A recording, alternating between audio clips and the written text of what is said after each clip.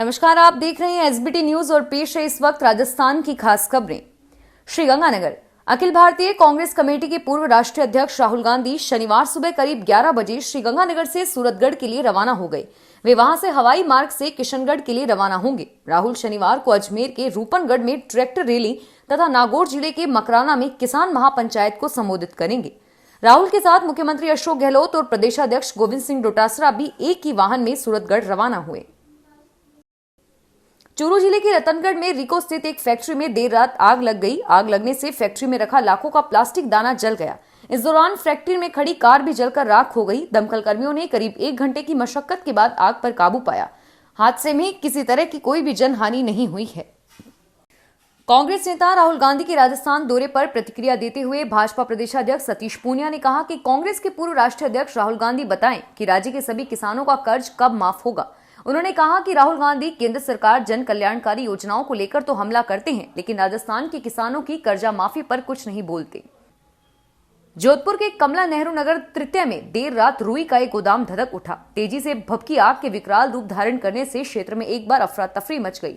आग निकट स्थित एक टैंक हाउस में फर्नीचर गोदाम तक पहुंच गई और बाद में मौके पर पहुंची 8 दमकलों ने 3 घंटों की मशक्कत के बाद आग पर काबू पाया। चांदना बाकर की तरफ जाने वाली देवी रोड पर कमला नेहरू नगर तृतीय में रुई के एक गोदाम में कल देर रात 2 बजे भीषण आग लग गई। किसान आंदोलन के समर्थन में प्रदेश के 2 दिवसीय दौरे पर राजस्थान आए कांग्रेस के पूर्व अध्यक्ष राहुल गांधी के दौरे का आज दूसरा दिन है। कांग्रेस के पूर्व अध्यक्ष राहुल गांधी अजमेर के रूपनगढ़ कस्बे में जहां किसान ट्रैक्टर रैली करेंगे, वहीं मकराना में किसान महापंचायत करेंगे और वहीं राहुल गांधी आज लोक देवता तेजाजी मंदिर के दर्शनों के लिए भी जाएंगे। राहुल गांधी का आज शाम ही दिल्ली लौटने का कार्यक्रम है। रोडवेज बसों में बेटिकट सफर करते हुए पकड़े जाने पर सरकार ने हाल ही में यात्री और परिचालक पर 10-10 गुना जुर्माना वसूलने का प्रावधान किया है, लेकिन करौली जिले के हिंडोन व करौली डिपो में रोडवेज बसों की जांच के लिए यातायात निरीक्षक व सहायक सहायता निरीक्षक नहीं है। दोनों रोडवेज डिपो में यातायात निरीक्षक के 2 व सहायक यातायात निरीक्षक के 6 पद रिक्त हैं।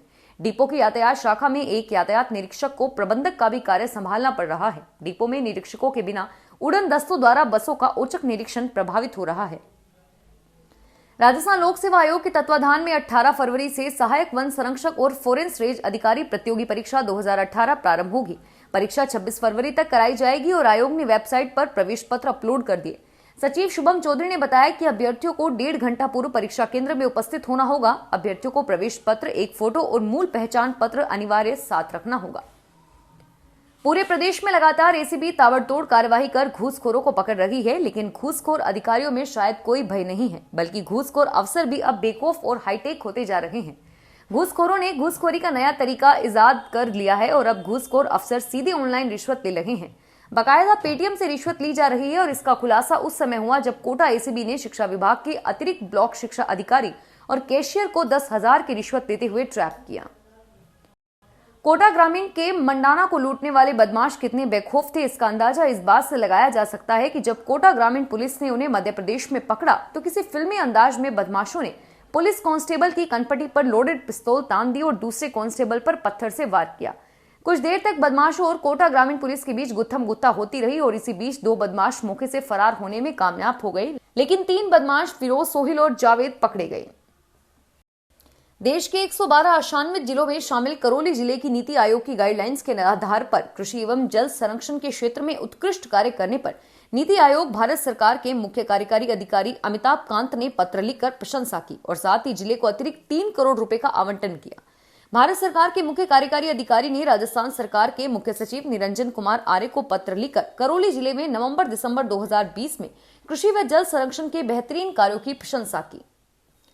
भ्रष्टाचार निरोधक ब्यूरो की श्रीगंगानगर चौकी के प्रभारी और अतिरिक्त पुलिस अधीक्षक का अतिरिक्त कार्यभार उप अधीक्षक वेद प्रकाश लाखोटिया को सौंपा गया है। ब्यूरो की हनुमानगढ़ चौकी के प्रभारी अतिरिक्त पुलिस अधीक्षक गणेश नाथ सिद्ध का जयपुर पुलिस मुख्यालय स्थानांतरण होने के बाद यह जिम्मेदारी लखोटिया को दी गई। कोटा में प्रस्तावित नए ग्रीनफील्ड एयरपोर्ट के लिए शुक्रवार को एयरपोर्ट अथॉरिटी ऑफ इंडिया की टीम ने यूआईटी व राजस्व अधिकारियों के साथ जमीन का नए सिरे से निरीक्षण किया। पूर्व में चिन्हित 876 हेक्टेयर जमीन को कम करने के लिए इस निरीक्षण के दौरान एएसआई ने करीब 525 हेक्टेयर जमीन की जरूरत बताई है। मौके पर ही नक्शों के साथ जमीन को चिन्हित भी कर दिया गया और मार्किंग भी कर दी गई है। जमीन कम करने के बाद भी एयरपोर्ट का रनवे 5351 मीटर ही रहेगा। एयरपोर्ट की बिल्डिंग भी इसी के अनुरूप बनेगी।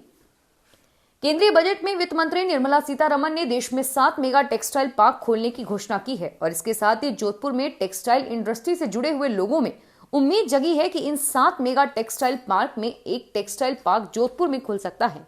जोधपुर टेक्सटाइल इंडस्ट्री से जुड़े हुए लोगों ने राज्य व केंद्र सरकार से मिलकर जोधपुर में मेगा टेक्सटाइल पार्क की मांग की है।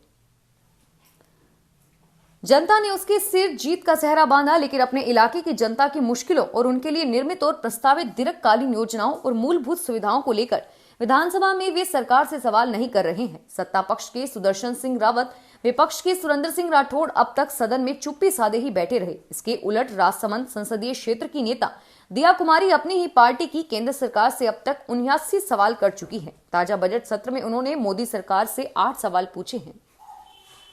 पेट्रोल और डीजल के दाम पर हर रोज महंगाई का नया रिकॉर्ड बना रहे हैं। तमाम विरोध के बावजूद सरकारी तेल कंपनियों ने लगातार 5वें दिन पेट्रोल और डीजल के दामों में बढ़ोतरी कर दी। शनिवार को पेट्रोल के दाम 31 पैसे और डीजल के दाम 39 पैसे बढ़ाए गए। नए साल में पेट्रोल और डीजल के दामों में 17वीं बार बढ़ोतरी की गई। जयपुर में अब पेट्रोल के दाम 94 रुपए 86 पैसे प्रति लीटर हो गए हैं और डीजल के दाम 87 रुपए 4 पैसे प्रति लीटर हो गए हैं। फिलहाल इस बुलेटिन में इतना ही और फिर हाजिर होंगे तमाम बड़ी खबरों के साथ। एसबीटी न्यूज के वीडियो देखने के लिए हमारे चैनल को सब्सक्राइब करें और नोटिफिकेशन पाने के लिए बेल आइकन पर क्लिक करें। धन्यवाद।